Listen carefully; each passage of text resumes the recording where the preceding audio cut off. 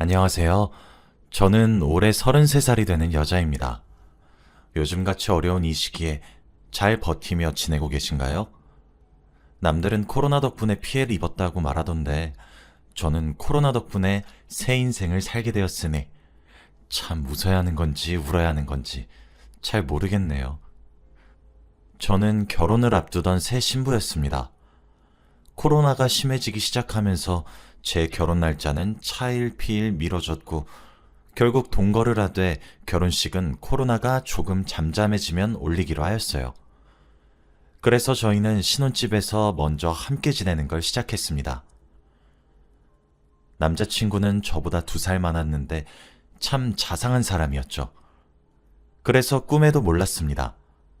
제 남편이 될 사람이 그런 쓰레기만도 못한 끼란 사실을 말입니다. 저희는 결혼식장 날짜를 연기하고 혼인신고만 안 했지 웨딩 촬영도 살림살이 준비도 다 끝낸 상태였습니다.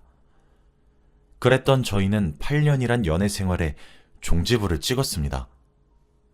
살림을 합치게 되면서 저희 지역에서 코로나 감염자가 급격하게 증가하게 되었고 저는 재택근무로 변경이 되었습니다. 아무래도 지역 자체가 고위험이다 보니 자가 격리랍시고 몇 주씩 집에만 머무르게 되었고 컴퓨터로 일을 하게 되었습니다. 현장 근무에서 재택근무로 변경이 되면서 전 집에만 있었고 그래서 이런 일을 겪게 된 것 같아요. 처음 가진 저희의 신혼생활은 정말 행복했습니다. 세상의 모든 것이 아름다웠고 이렇게 행복해도 되나 싶을 정도였죠. 이 행복이 사라질까 두렵기도 했었어요. 그렇게 행복했던 하루하루가 지속되어 오던 어느 날이었습니다. 저희 신혼집에 법원으로부터 우편물이 하나 왔더군요. 법원에서 올 리가 없는데 무슨 일인가 싶어서 열어보니 그곳엔 제가 상간녀로 고소가 되어 있었습니다. 저는 믿기지 않았고 두 눈이 휘둥그레졌죠. 그리고 이게 무슨 영문인가 싶어서 아리송한 그때였습니다. 제게 모르는 번호로 전화 한 통이 걸려오더군요. 전화를 받았습니다. 여보세요? 거기 김진순 씨 댁 맞나요? 네, 누구시죠? 와, 생각보다 뻔뻔하네. 오늘 법원에서 고소장 날라갔을 건데 혹시 전화 받으시는 당신이 받으셨나요? 누구신데 그러시나요? 누구신데 그러시나요? 어이가 없네. 저 김진수 씨 와이프 되는 사람입니다. 저는 무슨 영문인지 몰랐습니다. 혹시 제게 상간자 소송을 거신 분이신가요? 라는 제 질문에 상대방 여성분은 씩씩거리며 대답했어요. 네, 그쪽이 지금 내 남편하고 바람 피고 있잖아요. 오고 가는 날카로운 말 속에 저와 상대방 여자분은 말이 통하지 않는다는 걸 느꼈고 얼굴을 보고 만나기로 했죠. 다음날 약속 장소로 가니 늘씬하고 예쁜 여성분이 절 표독스럽게 노려보고 있더군요. 그렇게 저희 두 여자의 이야기는 시작되었습니다. 아니, 헷갈리신 거 아닌가요? 저는 진수 씨랑 내년에 결혼을 약속한 사람입니다. 불륜이라뇨, 상간자라뇨. 진짜 일면식도 없는 사람한테 이게 뭐 하는 짓입니까? 법적으로 대응해 드려요? 저는 자리에 앉기도 전에 소리를 빽 질렀습니다. 그런데 그 여자 입에서 나오는 말에 저는 경악을 금치 않을 수 없었습니다. 뻔뻔하긴. 야, 나는 진수 씨랑 10년 전에 결혼했어. 알아? 우리 사이엔 애도 둘이나 있다고. 네가 남의 가정 파탄낸 주제에 지금 어디서 큰 소리야? 큰 소리는. 네? 아니 진짜 무슨 말씀이세요? 저 진수 씨랑 8년 만났어요. 진수 씨가 결혼하다뇨. 제가 지르는 소리를 끝으로 저와 상대방은 뭔가 말이 안 맞는다는 생각을 서로 했고 저희 테이블엔 침묵이 흘렀습니다. 우리 흥분을 가라앉히고 차분히 얘기 좀 하죠. 라는 제 제안을 그 여자는 받아들였어요. 이야기의 전말은 이러했습니다. 그 상대방 여자분 이름은 미희였습니다. 미희 씨는 저보다 1살 더 많았고 대학교 시절에 제 남자친구와 사랑에 빠져 아이를 가지게 되었다고 합니다. 그렇게 임신과 출산, 그리고 육아로 인해 대학교도 자퇴하게 되었다고 합니다. 미희 씨는 24, 제 남자친구는 25이란 어린 나이에 바로 결혼을 했고 아이를 낳았다고 합니다. 하지만 2년 뒤 남편이 대학교 졸업과 동시에 제가 사는 지역에 취업을 하게 되면서 둘은 주말 부부로 생활했다고 해요. 아무래도 미희 씨도 어린 나이였기 때문에 미희 씨네 친정집의 도움도 절실했기에 주말 부부로 생활하는 것에 서로 동의를 했던 것이었고, 그렇게 남자친구는 타 지역에 혼자 살기 시작하면서 저와의 만남을 시작했던 것이었습니다. 게다가 미희 씨와 남자친구 사이에는 아이가 2명 있었는데 그중 둘째는 저와 연애를 한 지 3년 차가 되던 해에 태어났더군요. 진짜 듣는 내내 너무 어이가 없어 화도 안 나더라고요.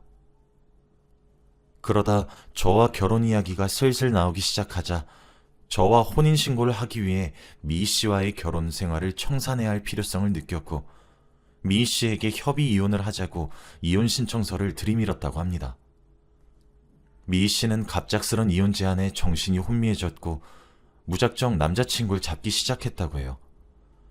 자신이 다 고치겠으니 이혼은 하지 말자, 다시 생각해보자, 부부 상담이라도 받아보고 생각해보자 등등 미친 듯이 말렸지만 당연히 남자친구는 꿈쩍도 하지 않았고, 바로 그 타이밍에 미희 씨는 남자친구의 소지품에서 제 흔적을 찾아내게 되었습니다. 하루는 주말에 잠깐 들린 남편에게서 낯선 향수 냄새가 났고 설마 하는 마음에 휴대폰을 뒤져보니 저와의 애정 넘치는 카톡방이 보였다고 해요. 그리고 남편의 공인인증서로 로그인을 했더니 카드 내역이 장난 아니었던 거죠. 그렇게 미희 씨는 바로 변호사를 상담하러 갔고 제게 상간자 소송을 걸었던 거였습니다. 아무래도 저는 원래 회사를 계속 다니고 있었는데 코로나로 인해 재택근무를 하기 위해 매일 집에만 붙어 있다 보니 제 남자친구는 평소처럼 미희 씨에게 제대로 연락하거나 만나질 못했고, 그 결과 긴 꼬리가 밟혔던 거였어요. 이제까지는 제가 출근하거나 야근하거나 하면서 집을 잘 비우기도 했고, 남자친구도 코로나가 터지기 전에 야근이다 회식이다 핑계대며 와이프와 아이를 보러 갈 수 있었던 것 같더라고요. 저는 미희 씨의 말을 그 자리에 듣고 있으면서도 믿기지가 않았습니다. 제대로 믿지 못하겠다고 말을 하니 미희 씨는 둘 사이에서 태어난 아이 2명의 사진과 결혼 날짜가 적혀있는 결혼사진, 그리고 양가 부모님을 모시고 간 효도여행 사진 등을 차례차례 제게 보여주기 시작했습니다. 그 사진들 속에 함께 찍힌 남자는 분명 제 남자친구가 맞았고, 남자친구의 부모님 또한 제가 알던 사람이었습니다. 저는 정말 까맣게 아무것도 몰랐던 거였습니다. 제 반응을 보고는 미희 씨도 그러더군요. 작정하고 속였나 보네. 그쪽은 낌새가 이상하지 않았어요? 어떻게 아무것도 눈치를 못 챌 수가 있어요? 라고 하더군요. 일단 먼저 죄송합니다. 정말 몰랐어요. 아니, 상상도 못했다고요. 결혼한 것도 모자라 아이까지 있다뇨. 가정이 있을 거라곤 정말 생각지도 못했습니다. 제 말에 미희 씨는 의심의 눈초리로 절 쳐다보았고, 저는 제 결백을 증명하기 위해 사진첩을 뒤져 보여주며 얘기했어요. 프로포즈도 오빠가 했고 신혼집도 오빠가 계약했어요. 저에겐 주말마다 본가에 내려가서 부모님과 함께 있어야 한다고, 부모님이 엄하시니까 주말만 전화하는 것 좀 양해해달라고 했고요. 그리고 상견례도 하고 양가 부모님끼리 따로 만나기도 했어요. 만약에 오빠가 결혼했다면 제가 그랬겠어요? 정말 까맣게 몰랐습니다. 오빠네 부모님도 미희 씨 언급조차 하지 않았다고요. 정말 미안해요. 정말 몰랐어요. 정말 죄송합니다. 제가 내민 증거물들을 미희 씨는 아무 말 없이 물끄러미 쳐다보며 한 장씩 넘겨보더니 이내 큰 눈에 눈물이 맺혔습니다. 제게 프로포즈를 하는 동영상을 보고는 오열을 하더군요. 촛불길을 깔아놓고 제게 장미꽃 한 다발을 건네며 결혼하자는 영상이었어요. 저희 둘은 그렇게 커피 한 잔씩을 눈앞에 두고 한참 동안 정적 속에 있어야 했죠. 제 증거 사진과 영상들을 보면서 훌쩍이는 와이프를 제가 달래는 모습도 어찌 보면 참 우스우니까요. 얼마나 한참의 시간이 흘렀을까. 제가 가정을 파탄내게 만든 것은 잘못했고 정말 죄송하게 생각합니다. 하지만 저도 제 남편 될 사람이 그렇게 천하의 못된 놈이란 사실을 오늘 알았습니다. 상간자 소송 취하해주세요. 취하지 않으시면 저도 법적으로 대응하도록 하겠습니다. 미 씨는 제 말에 아무런 대꾸도 하지 않더군요. 그럼 먼저 일어나 보겠습니다. 라고 말을 한 뒤 저는 집에서 돌아올 남자친구를 기다렸습니다. 저녁이 되었고 퇴근 시간이 지나자 남자친구는 문을 열고 저희 신혼집에 들어왔어요. 자기야, 나왔어! 라며 해맑게 달려오는 남자친구의 뺨을 저는 후려쳤습니다. 웃으며 들어오다 남자친구는 깜짝 놀라더군요. 저는 그 가정스러운 얼굴에 법원에서 받은 우편물을 던졌어요. 너 결혼한 거 왜 말 안 했어? 제 한마디에 다급하게 우편물을 뜯던 남자친구는 바로 무릎부터 꿇고 사죄하기 시작했습니다. 그때부턴 다들 예상했겠다시피 집안 꼴이 말이 아니게 되었습니다. 저는 친정과 시댁에 전화를 드려서 양가 부모님을 신혼집으로 와달라 부탁을 드렸습니다. 저희 집에 먼저 도착하신 것은 저희 부모님이셨고, 부모님은 들어오자마자 무릎 꿇고 있는 남자친구와 저를 번갈아 쳐다보며 당황하셨어요. 저는 거기에 대고 우편물을 내밀었고 자초지종을 설명했습니다. 저희 부모님이 저를 얼마나 애지중지 기르셨는데 상간자 소송이라니. 참 기가 막히셨겠죠. 어머니는 다리에 힘이 풀리셨는지 바닥에 그만 털썩 주저앉으셨고, 아버지는 남편의 멱살을 잡고 흔들었죠. 마침 그때 시댁에서 남자친구의 부모님이 도착하셨죠. 당연히 저희 아빠에게 멱살 잡힌 남편을 보고 소리를 고래고래 지르시며 달려드셨고 정말 개판이 되어갔습니다. 하지만 저희 가족이 내민 우편물 하나에 꼬리를 말고 얌전해지시더군요. 저흰 거실에 둘러앉았습니다. 저희 가족 모두 설명을 요구했습니다. 그랬더니 시댁 식구들과 남편이 입을 모아 미희 씨가 정신이 나간 것이라고 주장하더군요. 모든 것이 오해란다, 아가. 그래, 사실 내 아들 결혼은 했었단다. 아이도 있었어. 하지만 그 아이들도 우리 아들의 친아들이 아니란다. 그래서 계속해서 법정 싸움을 하고 있었어. 하지만 그 여자가 이혼을 해주겠다 말겠다 하루에 12번도 더 마음을 바꾸면서 이렇게 질질 끈 거야. 미리 말 못해서 미안하구나. 하지만 정말 이혼을 하고 있던 중이었단다. 마침 그때였습니다. 띵동. 저희 집 초인종 소리가 들리더군요. 저는 재빠르게 문을 열었고 마지막 손님을 맞이하였습니다. 제가 초대한 마지막 손님은 미희 씨였습니다.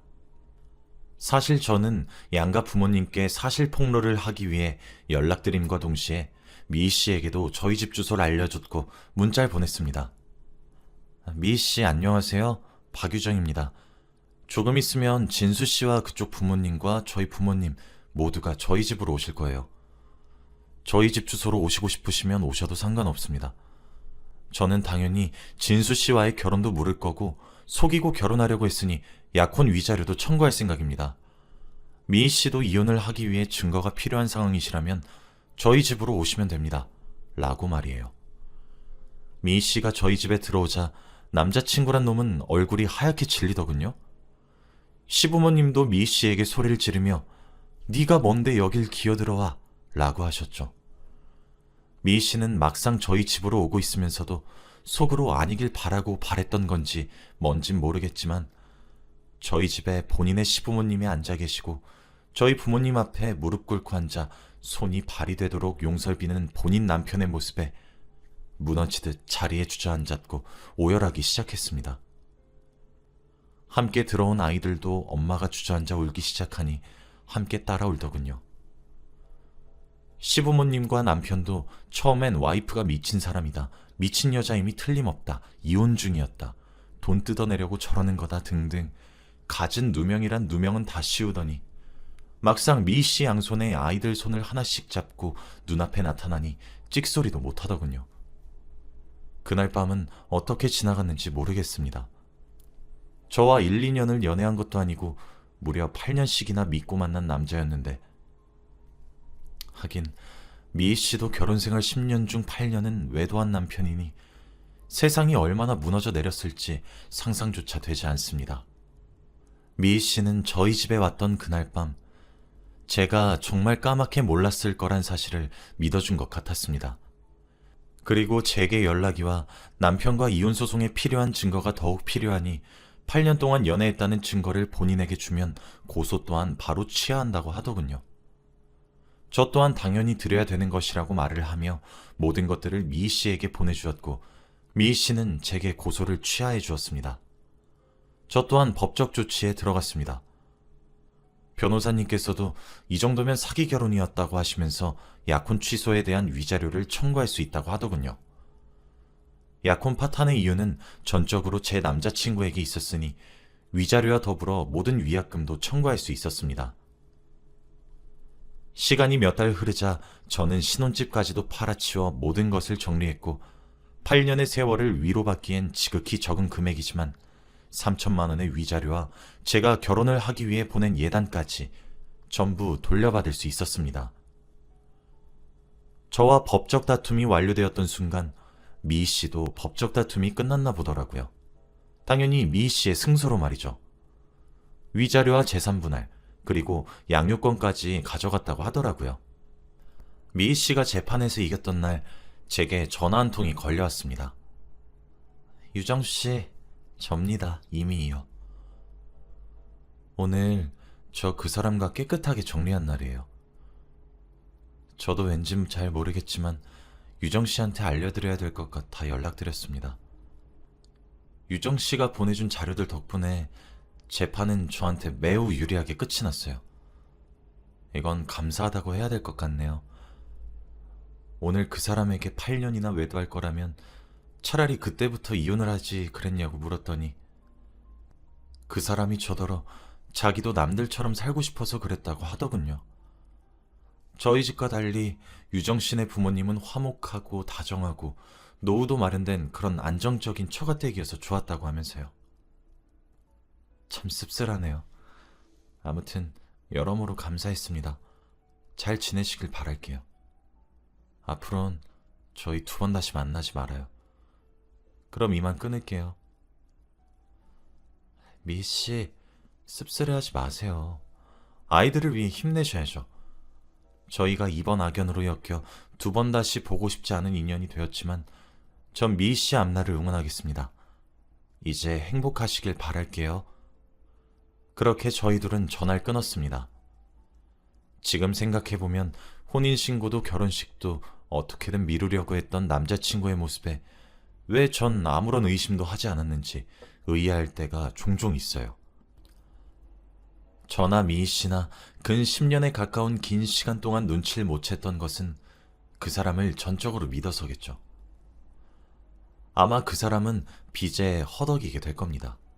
월급도 뻔한 사람이고 시댁도 그리 여유롭지 않은데 2명의 여자에게 위자료를 줘야 하고 심지어 미희 씨에겐 재산도 분할해줘야 하니까요. 저희 2 여자에게 줬던 상처에 비하면 3발의 피도 안 되겠지만 벌을 받아 참 다행이란 생각이 듭니다. 저에게만 그러는 것인지 아니면 미희 씨에게도 그러는 것인지는 알 수가 없습니다만 진수 씨는 제게 자꾸 연락을 해오고 있습니다. 사랑해서 그랬다. 널 놓치고 싶지 않아서 그랬다.